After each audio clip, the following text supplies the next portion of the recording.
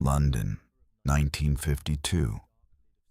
A modern capital that ran out of air in 5 days. And the worst part is this.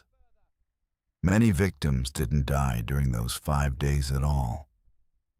They walked away, coughing. And then, weeks later, their lungs simply quit. This is the Great Smog. And its death toll is a number people struggle to say out loud. At first, the headline figure was about 4,000 dead. But later estimates push far higher, 10,000, 12,000, or more.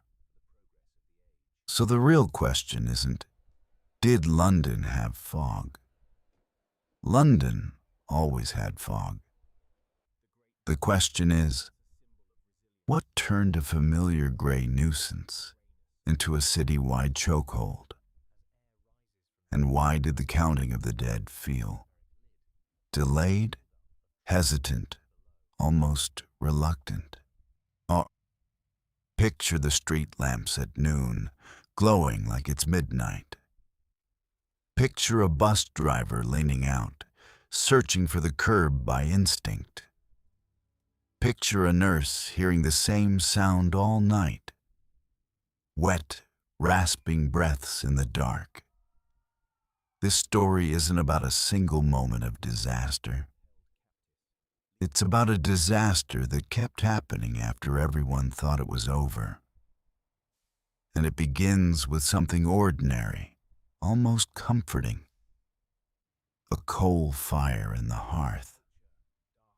A flame meant to keep a family warm after a war in a cold December. London was still bruised from World War II. Rationing, repairs, tight budgets, tired lungs. Coal was not a luxury. It was survival. Stacked in cellars like black bread. In working neighborhoods, coal was the cheapest heat, the default answer to winter. And across the city, factories and power stations also fed on coal, day and night. So the first layer of evidence is simple. Millions of small fires, plus industrial stacks. In most winters, the smoke rose, thinned out, and the city carried on. But in early December 1952, the sky did something subtle and deadly. A calm settled in, the air stopped moving, and a temperature inversion formed. That inversion works like a lid. Warmer air above traps, colder air below. And everything released at street level, smoke, soot, sulfur, stays there with you. This is the observation layer. Coal smoke plus still air plus a lid in the sky. Now the interpretation. People didn't say inversion. They said pea super. Londoners had nicknames for fog because they lived inside it for generations. But veterans of London fog noticed something different about this one.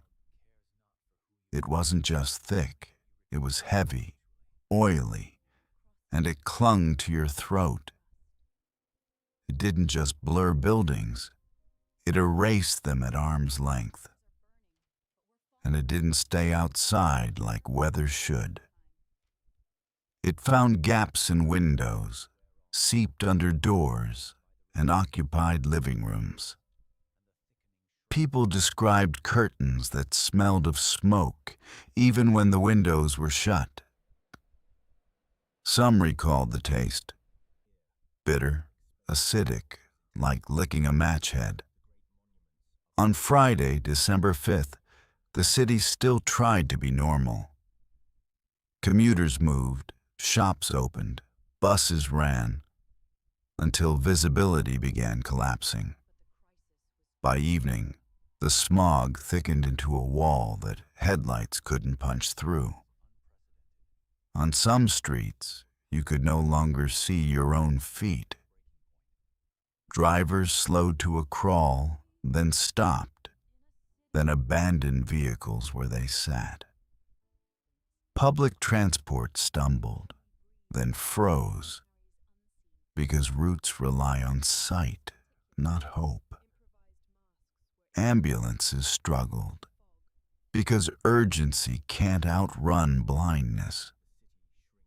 And pedestrians became navigators, tracing brick walls with gloved hands.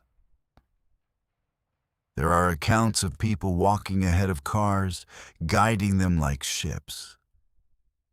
Not with maps, just with bodies in the street, swallowed by gray. Inside, families closed doors and thought, at least we're safe now. But the smog didn't respect property lines. It entered homes and mixed with indoor air, creating a private version of the same trap. For some, the only relief was to sit upright, because lying down made breathing harder.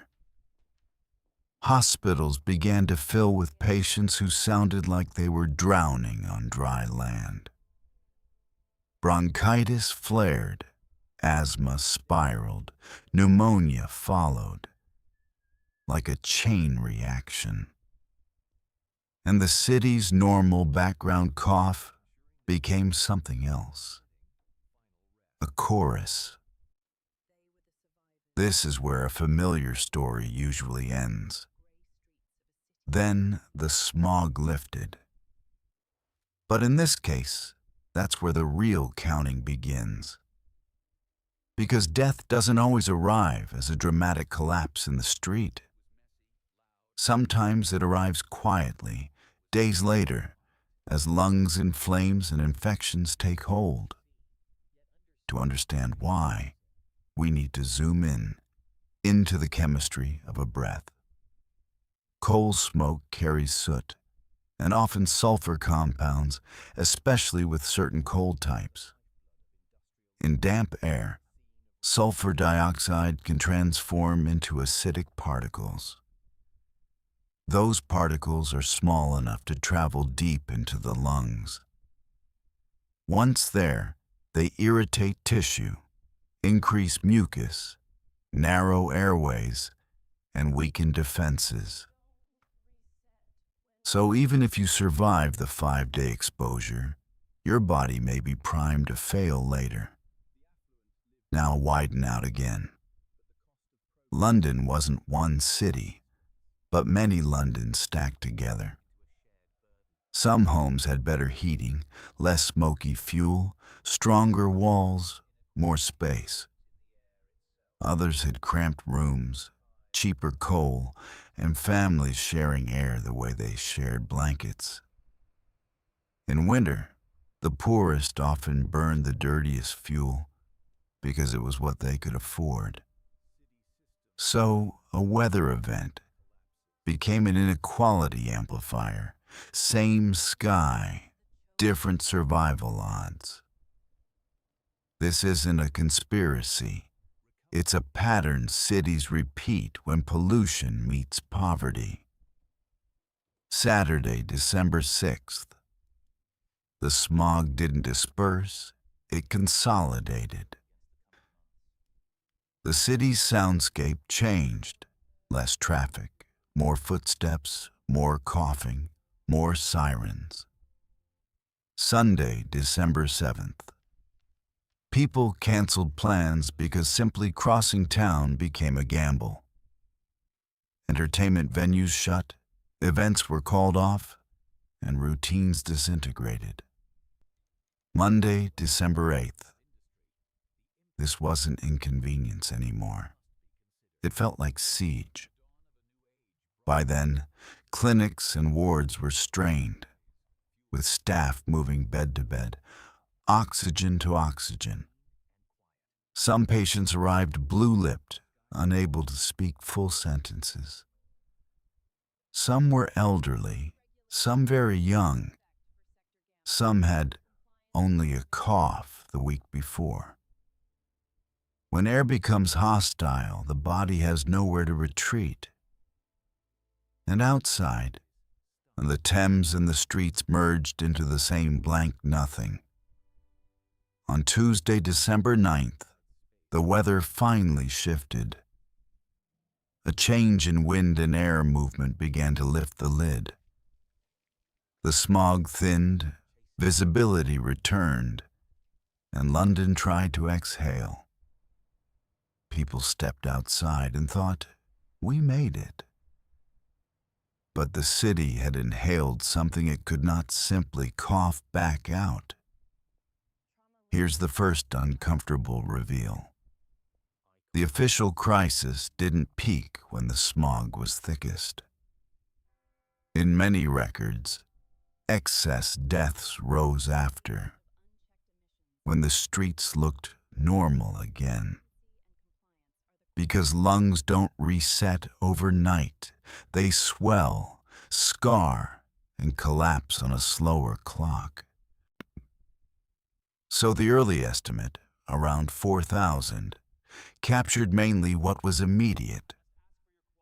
The later estimates, 10 to 12,000, try to capture what was delayed.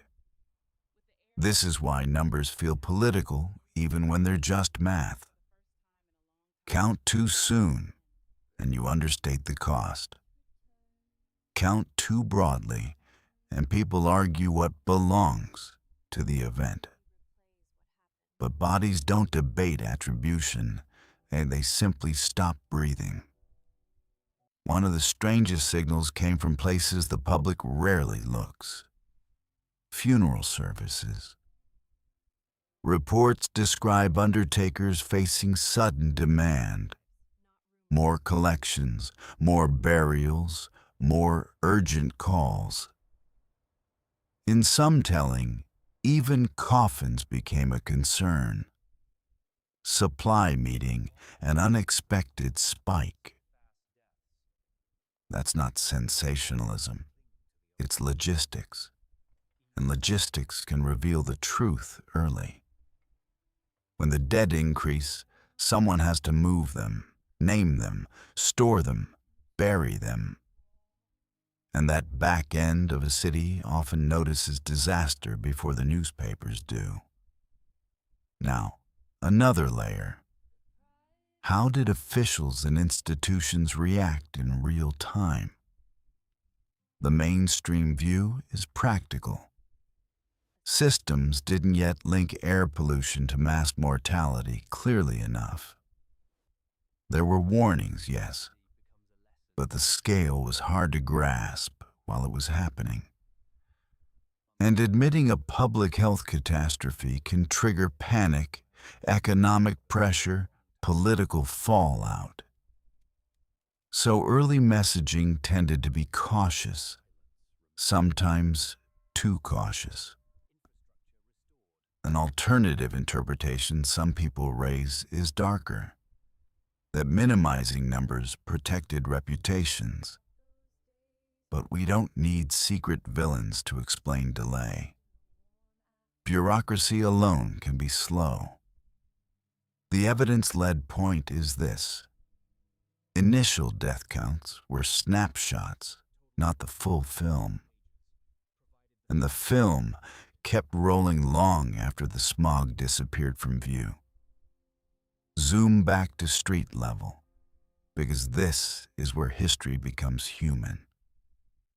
Imagine a mother wiping soot from a windowsill and realizing it's back in an hour. Imagine a child whose cough becomes a whistle, then a wheeze, then silence. Imagine an older man who survived wartime bombs, but not a week of air. Disaster feels unfair when it doesn't announce itself with an explosion.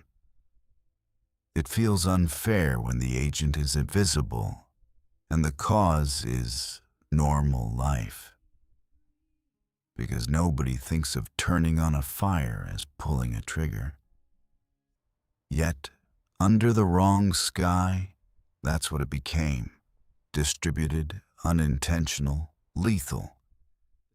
This is the impossibility moment. A city built for empire, stopped by air, not by enemies, not by sabotage, by its own energy system under a weather lid. And once you see that mechanism, you start noticing the global pattern.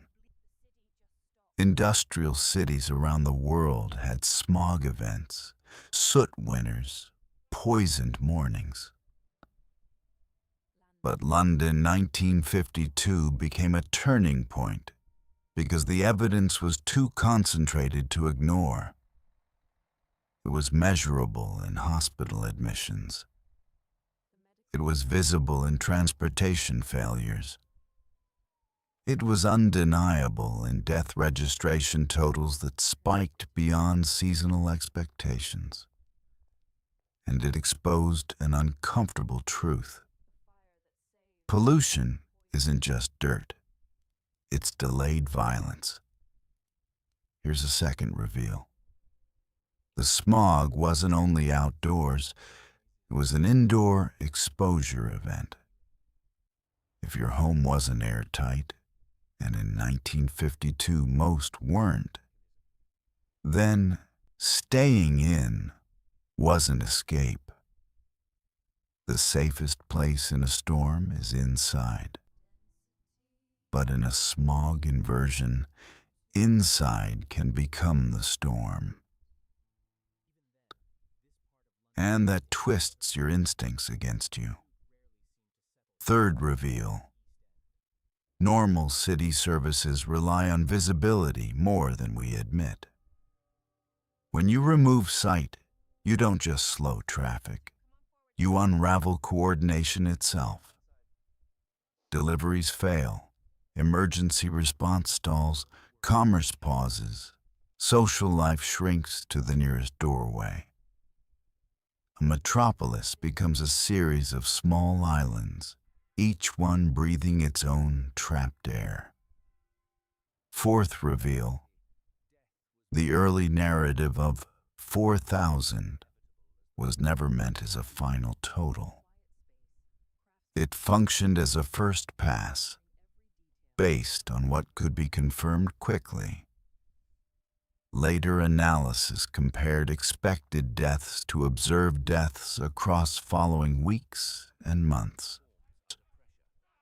That gap, excess mortality, is where the bigger numbers come from. And that's why the tragedy feels like it has two shadows: the visible fog and the invisible aftermath. Now, let's talk about systematic erasure, but carefully, without melodrama. Erasure doesn't always mean someone burned documents in a back room. Sometimes erasure is cultural. A city shrugs and says, "That's just winter in London." Sometimes it's linguistic. Fog sounds natural, while air poisoning sounds criminal. Sometimes it's temporal. The deaths come later, so the public doesn't connect cause to effect. And sometimes it's economic. Admitting the cost threatens industries and habits that feel essential. So the event fades into a paragraph, unless you force yourself to watch the numbers. When investigators and scientists looked harder, the mechanism became clearer. A trapped air mass, heavy coal smoke, chemical transformation, and vulnerable bodies. From that, policy pressure built, because bad weather was no longer a sufficient excuse. Britain began moving toward smoke control zones, cleaner fuels, and restrictions on coal smoke. And in 1956, the Clean Air Act became one landmark response to what happened in 1952. Not because lawmakers suddenly loved clean skies, because the cost of dirty air had become undeniable. This is where the story flips from tragedy to warning label. Because the Great Smog is not just history. It's a model of how cities can fail. It shows how disaster can be made from normal behavior, plus one quiet change in conditions. And it shows how death can be delayed, staggered. So society argues while the body count grows.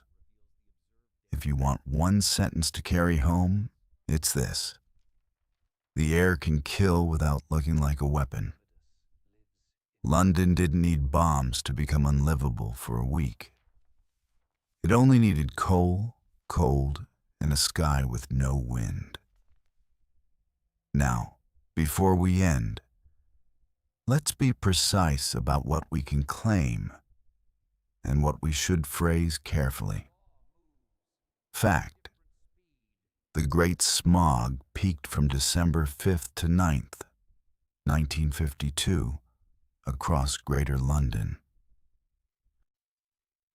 Fact: visibility collapsed. Transport and daily life were severely disrupted, and hospitals faced surges.